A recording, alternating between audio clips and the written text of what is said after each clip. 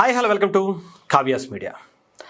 కాదంబరి జత్వాని ఈ కేసు మళ్ళీ తెర మీదకి వచ్చింది.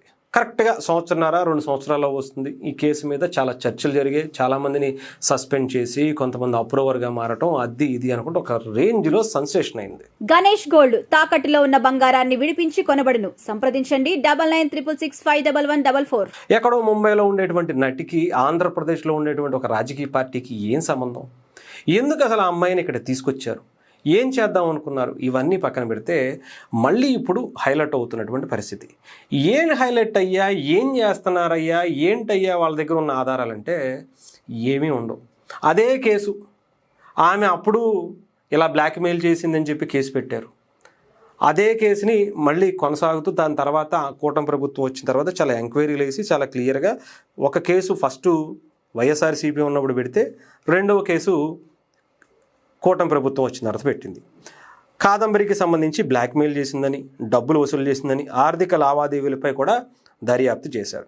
కాదంబరిపై రెండో కేసు వచ్చిన తర్వాత, రెండో కేసు ఏది కూటమి ప్రభుత్వం వచ్చిన తర్వాత పెట్టింది. కాదంబరిపై తప్పుడు భూ వివాద కథను సృష్టించి కేసు నమోదు చేశారని, ఆ అంశంపై దర్యాప్తు కూడా జరిగి క్లారిటీ వచ్చింది. విద్యాసాగర్ను జత్వాని బ్లాక్మెయిల్ చేసి డబ్బు వసూలు చేశారని కేసు ఫస్ట్లోనే వైఎస్ఆర్సీపీ ఉన్నప్పుడే ఆరోపించారు. నాటి సీఎంఓ పెద్దల ఆదేశాలతో నకిలీ పత్రాలు, భూ ఒప్పందం కథను కల్పించి ఎన్టీఆర్ జిల్లాలో కేసు నమోదు చేశారనేటువంటిది చాలా క్లారిటీగా రెండోసారి కేసు నమోదు చేసినప్పుడు ఆ కేసుకు సంబంధించినటువంటి వివరాలు అక్కడితో క్లారిటీ వచ్చాయి. కాదంబరి జత్వాని మాజీ ఇంటెలిజెన్స్ చీఫ్ పిఎస్ఆర్ ఆంజనేయులు, కాంతి రాణా తాత విశాల్ గుని ఇతరులు కూడా దీంట్లో ప్రధానంగా నిందితులుగా ఉన్నారు. ఇవన్నీ పక్కన పెడితే చాలా ఉన్నాయి అనుకోండి. బ్లాక్మెయిల్, లేదంటే లావాదేవీలు, 1,32,00,000లకు సంబంధించినటువంటి ఆధారాలు, ఇవన్నీ 40 రోజులు ఆమె జైల్లో ఉన్నారు.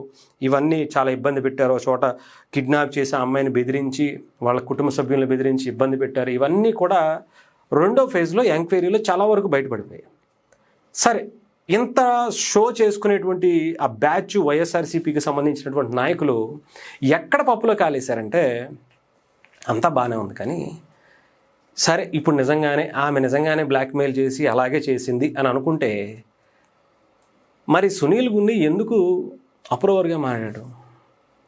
ఎందుకు మారాల్సి వచ్చింది? మారి ఎందుకు చెప్పేశాడు? తప్పు చేయకపోతే, కూటమి ప్రభుత్వంలో ఇలా అన్నీ బయటికి రాకపోతే, గత ప్రభుత్వంలో ఆయన నిజంగానే నిజాయితీగా ఉండుంటే ఆయన మళ్ళీ అప్రూవల్గా ఇలాగ పైన ఉన్న వాళ్ళందరూ నాతో చేపించారని చాలా క్లియర్గా ఓపెన్ స్టేట్మెంట్ ఇవ్వాల్సినటువంటి పరిస్థితి ఎందుకు వచ్చింది? ఈ చిన్న లాజిక్ ఎలా మిస్ అయిపోయారా? ఆ మాత్రం బుర్ర లేకుండా ఎలా ఇడిసేస్తారా మీరు? ఇన్ని మేనేజ్ చేసి సొల్లు వార్తలన్నీ తీసుకొచ్చి ఏదేదో మీ దాంట్లో రాసేసుకుంటే సరిపోద్దా? ఆయన తీసుకురండి. ఆయనను తీసుకొచ్చి అవును నేను అప్రూవర్గా మారలేదు, నిజమే ఆవిడ పెద్ద ఫ్రాడు అని చెప్పేసి వంటి ఒక ఇది ఏమన్నా ఆధారాలతో కూడినటువంటి దాన్ని తీసుకొచ్చి చూపించండి. అంతేగాని ఈ సొల్లువాగుడు ఇవి అవి కాదు. ఎంతమంది జీవితాలు నాశనం చేస్తారు చెప్పండి? ఎంతమంది ఐఏఎస్ల జీవితాలు నాశనం అవ్వాలా?